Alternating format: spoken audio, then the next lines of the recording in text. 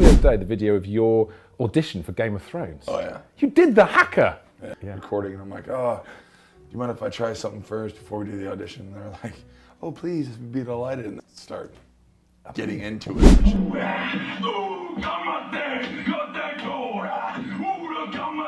There's a certain kind of torture that only famous people experience, and it's being sat down in front of a camera, forced to watch the exact moment their life changed forever. Not a highlight reel, not a carefully edited montage, the raw, unfiltered, painfully real audition tape. Today, we've got 10 of them, and the reactions even better than the tapes themselves. So here's a question. What if Cillian Murphy had gotten the role he actually auditioned for? Because it wasn't Scarecrow, it wasn't Tommy Shelby, it was Batman. He went in for the lead, the cape, the whole thing. And while he didn't walk away with the cowl, Christopher Nolan clearly couldn't let him leave. So he created a villain specifically to keep him in the film. Dark Knight films, playing the Scarecrow.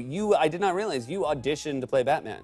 Well, yes, amongst many other actors. Yes. Yeah. It was obvious that Christian Bale was going to be Batman. That time it was clear, and he's such a magnificent Batman and Bruce Wayne. But I did get to, I think it was the Val Kilmer suit. I tried on, which they had to adjust. And look, seeing him actually in the Batman suit makes him even more fascinating, because he doesn't look wrong, not even slightly. Who was with McConaughey at the docks?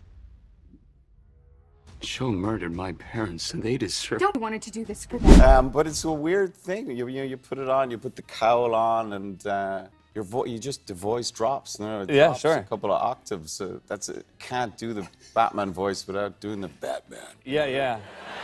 I couldn't do it because I'd be like, I'm Batman. They'd be like, no, you're not. There's what I do, but what I do isn't very nice. Cut, you got it. Yeah, got it. Well, Brando was kind of an innovator.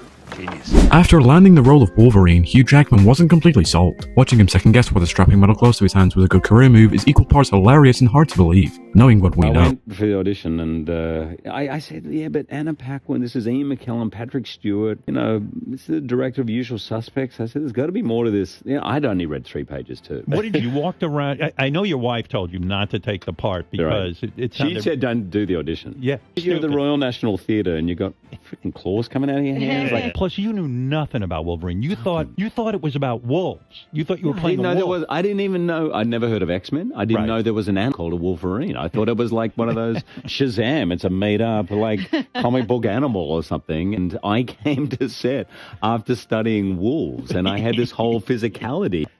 And I was doing a rehearsal, and the director goes, what are you doing with your body, man? And I said, I was just thinking, the way they're always smelling, and they're looking down because they're actually smelling the ground. And he goes, wolves. Wolverine. I said, well, there's no such thing. And he goes, yeah, there is. Go to the zoo down the road, man. There's 4 of them. But here's something most people don't know. Hugh Jackman was not supposed to be Wolverine. Russell Crowe was offered the role first, but he passed. And in doing so, he accidentally handled Hugh Jackman, one of the most iconic characters in cinema history. The universe works in mysterious ways. They wanted him to be Wolverine. Is that true? Absolutely.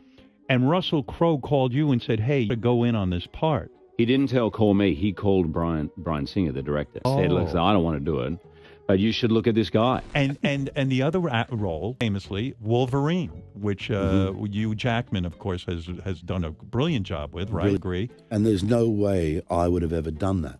Why? Even if I'd done the film, I wouldn't have carried it through with the grace and the direction that Hugh gave it. You would only do it once. Before the Oscar and before alright became his entire personality, Matthew McConaughey was just a university kid with a camera pointed at his face and zero idea that this tape was about to completely rewrite his future. Revisiting it now, decades of Hollywood later, is genuinely one of the most surreal watchbacks in the entire video. Hey man, whose car is this? You know Bobby? Hey man. Hey, what's up? Say man, you got a joint? No. It'd be a lot cooler if you did. There's Pickford, that stunner. I know he's got some game. Bad high school girls, man. I keep getting older, but they stay the same age. Man, that was 1992, 28 years ago. You thought you might just have a little 3-day job for a summer hobby.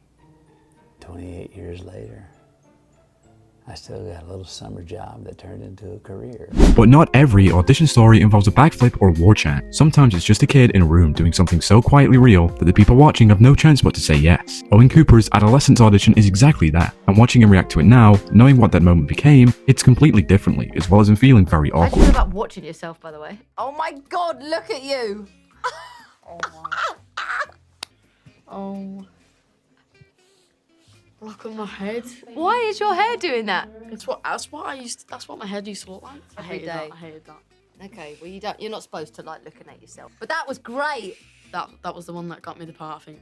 Really? Apparently, yeah. But that's literally Jamie. Tom Hiddleston didn't audition for Loki, he auditioned for Thor. Let that sit in for a moment. The man who became one of the most beloved characters in the entire MCU, across movies, shows, memes, and everything in between, almost ended up playing the god with the hammer instead of the god with the smirk. You were telling me backstage that when you auditioned for Thor, you actually auditioned for Thor. Yes, I did. The remit was, if you're over 6 foot and you've got blonde hair and you know, you could come and have a pop at it. So I actually auditioned. I never auditioned for Loki. I only ever auditioned for Thor. We have friends over at Marvel that sent us the original audition footage of you auditioning. This has never been shown. This has never been shown. Remember, you chose this. I think we can all agree that they cast the right actor. But there is something comforting about knowing that even Leonardo DiCaprio had to grind for his roles. Before the legacy, before the memes, and before the 5 Oscar nominations, he was just another face in a pile of headshots, hoping someone would take a chance on him. This tape is proof that greatness still has to start somewhere. Do you remember the audition when you first met De Niro?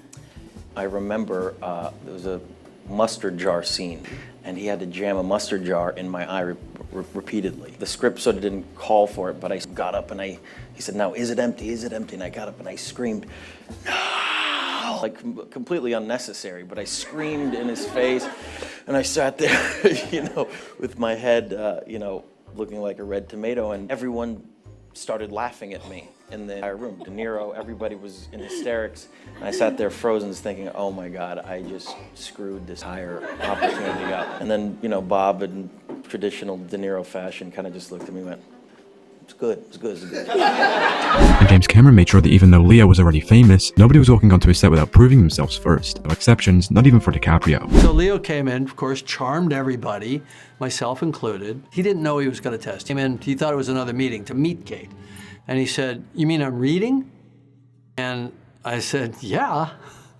He said, "Oh, I don't read."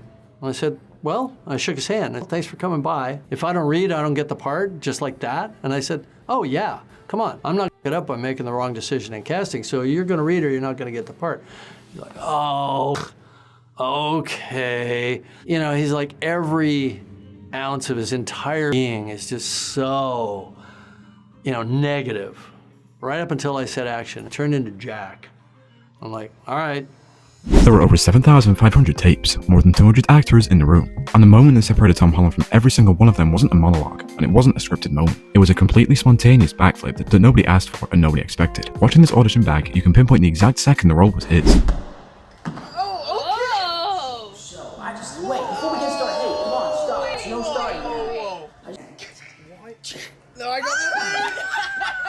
Oh, monster stream graphite to the truck. Yeah, he's me. No, I Thanks for watching.